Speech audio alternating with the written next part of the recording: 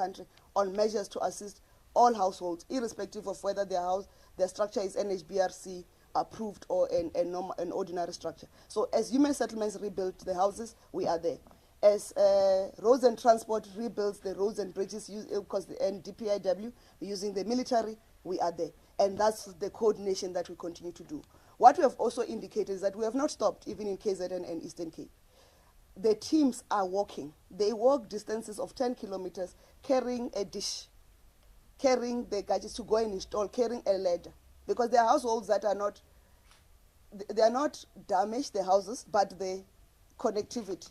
For instance, in Tabankulu, in Alfred Nzo in the Eastern Cape, there's a river that nobody can cross. There is no way we can access that river. I'm sure you saw it when they were crossing with a drum. And that there are households that have applied, that were sitting with a number in those villages. We can't. There's no magic we'll do. We will not blow a whistle and a bridge will be put over. We can't. So there is no delay in KZN and Eastern Cape in terms of our installation. There are what we call force majeure, events of nature beyond our control that makes us unable to access the areas. So there is no delay. In the Western Cape and Northwest, we have indicated SAPO has no more addresses for us to install. So what we are doing is the phase that Mr. Leshope has indicated, that we are doing what we call your quality assurance and mop-up. The whole of the last 3 weeks I've been in Northwest with the team, going post office to post office to check whether every set-top box that was in a post office is moved, whether there's an address. We had to move some of them back to the warehouses because there were no addresses for us to install. And so yesterday, as we talk about yesterday, we were in Vryburg, Taung, Swazreneke, Klerksdorp, that area. There was nothing. There was no more addresses for us to install in. In the previous week, we had been in Mafikeng, in Rustenburg, in Bretz, in, what's the other place? Mabiskral, and Zirast. There were no addresses. There were no additional addresses. And this talks to the fact that, if you recall, there was a debate whether we've got sufficient stock to install, and we've maintained that we have sufficient stock for the numbers that have currently applied. And we had moved the stocks to the post offices nearest to the home addresses. But without an additional home address, we cannot install. So what the teams are doing now in Northwest is to that mop-up, just to make sure that if we say, give us a POD, is there a POD? No POD? Okay, fine. If we say there's stock on hand, that stock, who is it linked to a beneficiary? If not, we pull it back. If it is, we send an installer. That's what we've been doing and that's what we call mop-up, to make sure there's nobody who's left behind. So we have no delay in Western Cape and also in Northwest. We are finished because we have no more additional addresses. There is no, as we are sitting here, the analog switched off date has been shifted to the 30th of June, 2022 by the Gauteng High Court. There's no new date. We are waiting the determination of the Concord. And on our part, we are saying to South Africa, we have done that which we are required to do to make sure that we switch off. And what we are saying is that we have also put capacity because the registrations are very low. I think we have, between March and now, we have only a total of 81,000 additional. We have got a total of 40,000 additional registrations for the March, April, May, June, 40,000 additional new registrations. So there have been those who claim that if we switch off, there will be a surge in terms of people who come out and say, we don't have, we need assistance. They're doubting Thomas's. And we have indicated in this press briefing that we have capacity, which is rearing and waiting. Initially, we had 1,000 installers. When we started, we had just under 100 installers. We built up capacity to 900 installers, or just under 1,000 installers. Now we're sitting with 1,700 installers, which across the provinces. They are not Gauteng based. These installers are based in individual provinces. and individual districts in those provinces. Which means if we have that surge, which we doubt we'll have, we have teams that are ready to go and implement at the quickest turnaround time. So as you live here, and to all South Africans, you must know that on our part, we have completed that which we have to do.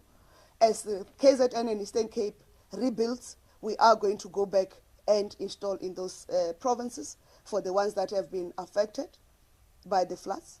But as of now, there's nothing. We can't perform miracles and in those provinces. We need the infrastructure, access infrastructure to allow us to access the households. But also we need the households that are standing, that if we put a hammer through, because we drill, if we drill through, the structure will not collapse.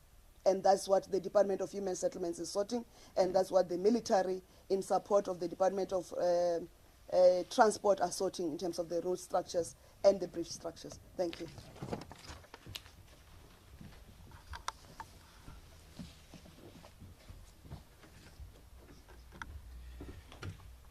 Thank you so much, Honourable Minister, for the clarity. Ladies and gentlemen, I think, I'm not sure, not unless there is another set of questions or follow-up questions. Can we only take now this to be the final round for colleagues that are in the House? Final round? Final? All right.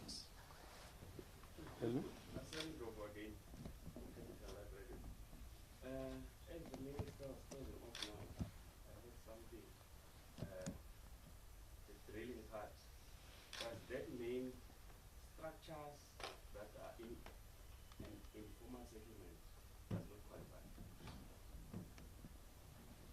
Okay, thanks, Mr. Lowe. Okay, Governor. Just to get some clarity again, do you have a total figure of how many installations were done since the update in April in the provinces that you say you've now completed? What's the figure of total installations since April? Just the last. All right. Okay, colleagues, those are the two last hands for colleagues that are in the House. Is there a question, another question online? No, no more questions. No more questions. So this is the last round, and those are the last questions, colleagues. And it's understandable, colleagues. Minister has been briefing the people of our country, I think, in this media briefing and a number of other platforms on this project. There's a lot of clarity on what the department has done. Thanks, Mr.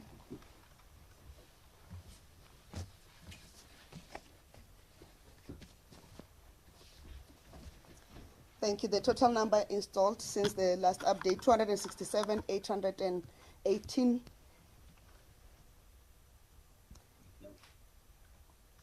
Mr. Ndlovu, I don't know whether you call it a shack. What do they call it? Amachochombe, the other Amachochombe, other places. And we call them Mkuku, where I come from. You can drill on Mkuku because there is a pole. Remember, they're anchor poles. You don't put, even if, where I come from, they used to do them with planks. In some areas, they do them with corrugated sheets. There is a pole. That's why you have them. There is a pole. You'll drill on the anchoring pole. So, and we have been installing in informal settlements, irrespective of the structure that is there. But what we refer to, for instance, I don't know if you've seen the pictures of houses in KZN or Eastern Cape. What has happened? A house is damaged, or because it's on a sand, they were in sand, the soil structure is not, it's halfway. So if you drill on it, then because the soil structure is not strong, then it will collapse. But also there have been too much cracks on some of them that even if you drill, in fact, it's not suitable for habitation. That's what we're talking about. So it's not about a shack or anything else. Shacks, we have been putting in shacks of all shapes and forms in the country. So we do not have. And ladies and gentlemen, thank you for your time. And thank you for your continuous response on this project.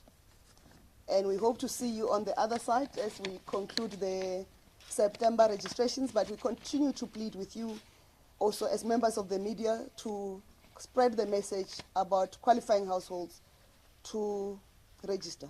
And we are aware that the economic situation, not only of the country, of the globe has changed, given the events, the internet global events that have been happening. And the status of households would have changed. So there are households that previously did not qualify because they had earned more than 3,500. We are calling for those households that now, if you qualify, come and register.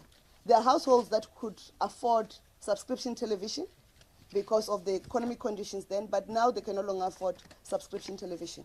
We are calling on those households also to come and register.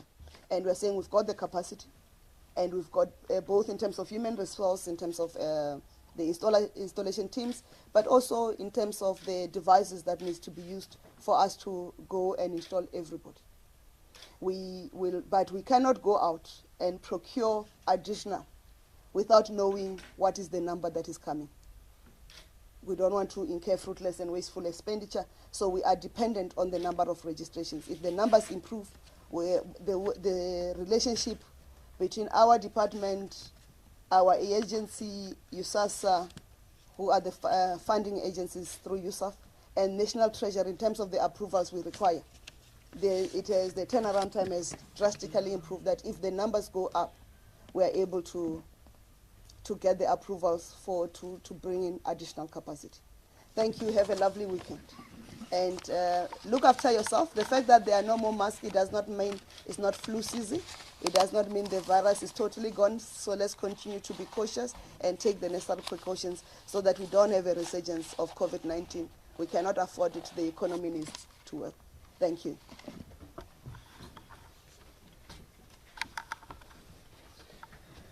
And the lawyer enters. And the lawyer enters. Thank you so much, ladies and gentlemen. This then brings our session to an end. Thank you, Minister. Thank you.